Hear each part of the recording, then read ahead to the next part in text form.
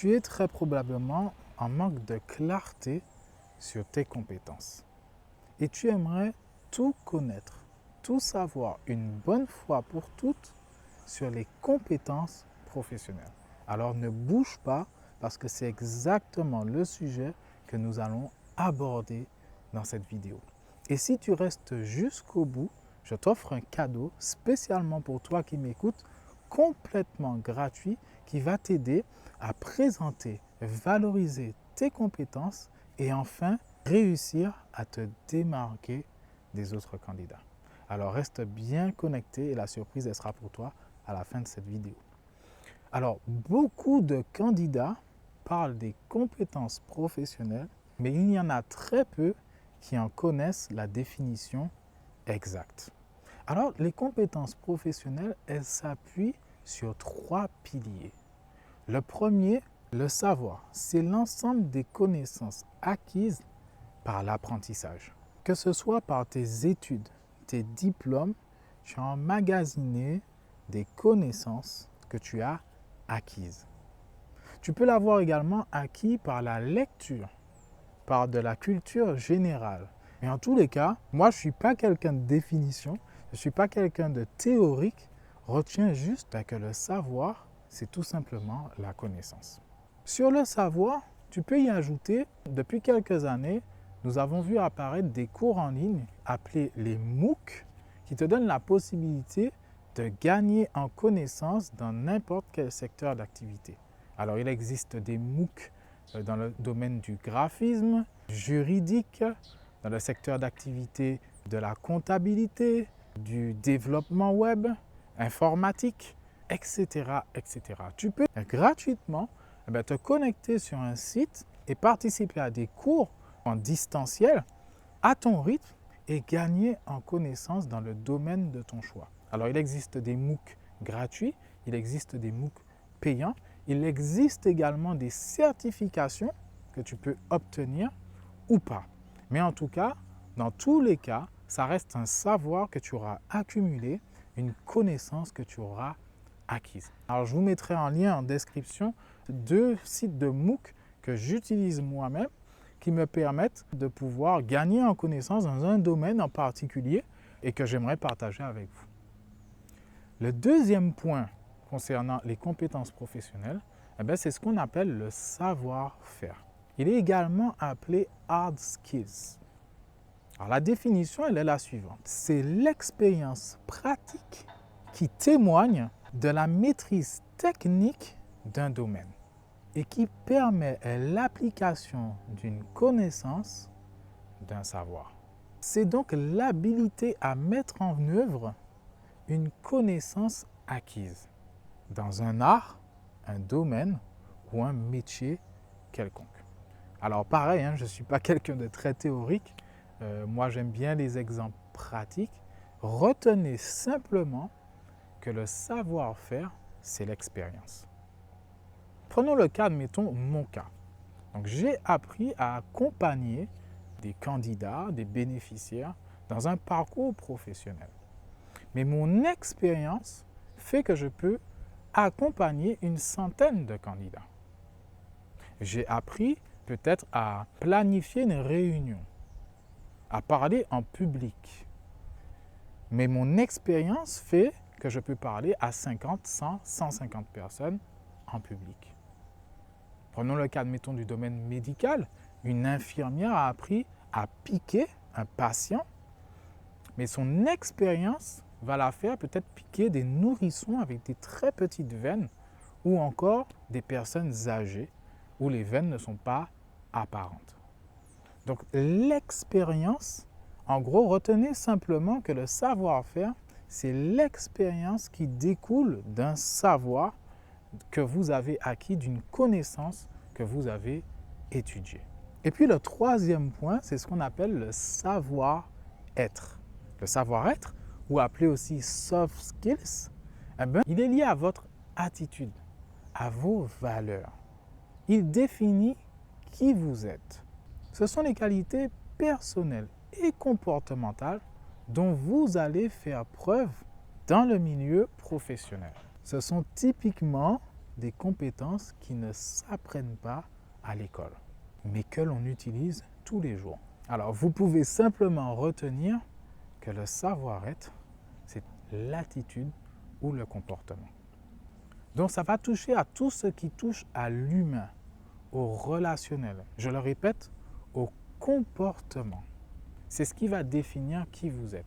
Par exemple, on pourrait parler d'honnêteté, on pourrait parler d'empathie, qui sont des savoir-être. Une petite parenthèse, parce que de plus en plus maintenant on a parlé des hard skills, des soft skills, mais on parle de plus en plus aussi des mad skills. Et les mad skills, ce sont des compétences originales, c'est-à-dire des compétences atypiques, de sorte que personne n'a ce type de compétences ou très peu de personnes ont ce type de compétences et peuvent les faire valoir. C'est ce qui va montrer votre originalité au recruteur. Donc c'est quelque chose, si vous en avez, moi personnellement je ne pense pas en avoir, mais si vous avez une compétence particulière et que vous pouvez mettre en lien dans vos candidatures, n'hésitez surtout pas. Le point que maintenant que j'aimerais aborder avec vous, c'est où placer ces fameuses compétences professionnelles dans votre candidature. Alors tout d'abord, le savoir. Le savoir va se placer dans la rubrique des diplômes dans le CV.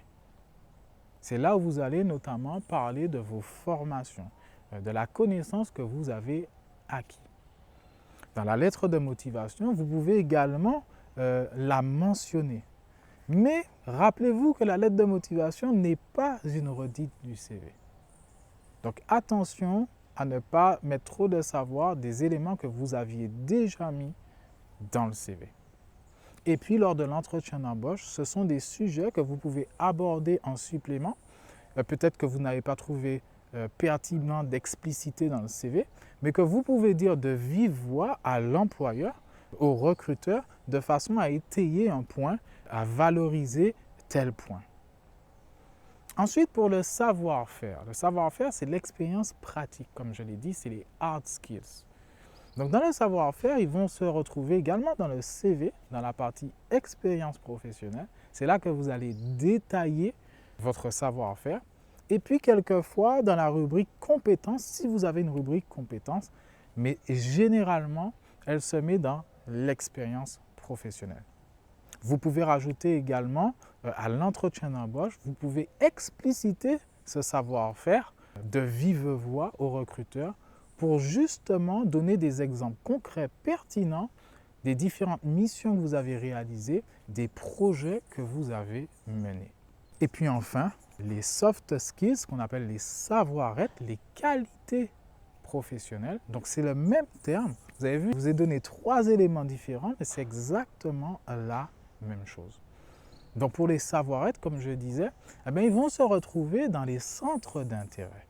C'est là où on va percevoir un peu, qui va refléter votre personnalité. Qu'est-ce que vous aimez faire? Qu'est-ce qui vous tient à cœur? Les loisirs que vous allez mettre, ça va dénoter un peu qui vous êtes. Peut-être c'est là où vous allez parler également de votre travail bénévole dans une association ou que sais-je, ou des sports que vous pratiquez. Tout ça va refléter qui vous êtes. Par exemple, dans le domaine du sport, vous pourriez parler de challenge, quelqu'un qui ne lâche jamais, qui est persévérant, qui sont clairement des savoir-être.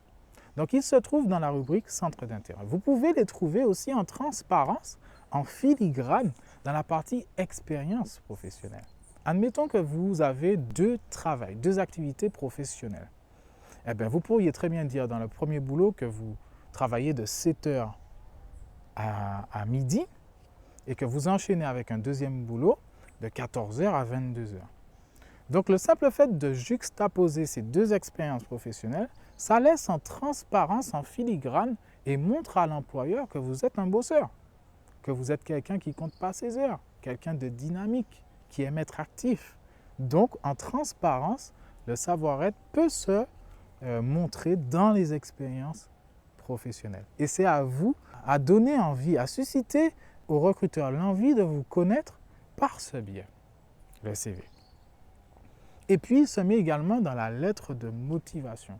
C'est là où vous allez expliciter dans votre parcours ce que vous avez fait, ce que ça fait ressortir chez vous, ce qui vous tient à cœur pourquoi vous vous battez, pourquoi vous vous investissez autant dans la vie. Et puis, bien évidemment, dans l'entretien d'embauche, c'est là également que vous allez mettre en avant votre savoir-être, ce qui vous définit intrinsèquement. Voilà, j'espère que cette vidéo vous aura permis d'y voir plus clair, de tout savoir sur les compétences professionnelles. Si vous avez aimé cette vidéo, vous savez ce qu'il vous reste à faire. Un pouce, un like, abonnez-vous à la chaîne. C'est complètement gratuit et ça me permet de vous proposer encore plus de contenu. Et puis pour toi qui est resté jusqu'à la fin, si tu souhaites aller plus loin, je t'offre un cadeau. Une formation 100% gratuite que j'ai créée qui va pouvoir t'aider à identifier, cibler, valoriser tes compétences, présenter ton parcours de façon à convaincre un recruteur. Pour la découvrir, tout ce qui te reste à faire, c'est de cliquer sur le lien en description. Elle est accessible dès maintenant. Quant aux autres, je vous souhaite tout le succès que vous méritez. N'oubliez pas, de vos compétences naissent votre avenir. J'espère que vous serez la prochaine personne à succès que j'accompagne. Prenez bien soin de vous et je vous dis à très vite pour une prochaine vidéo de formation.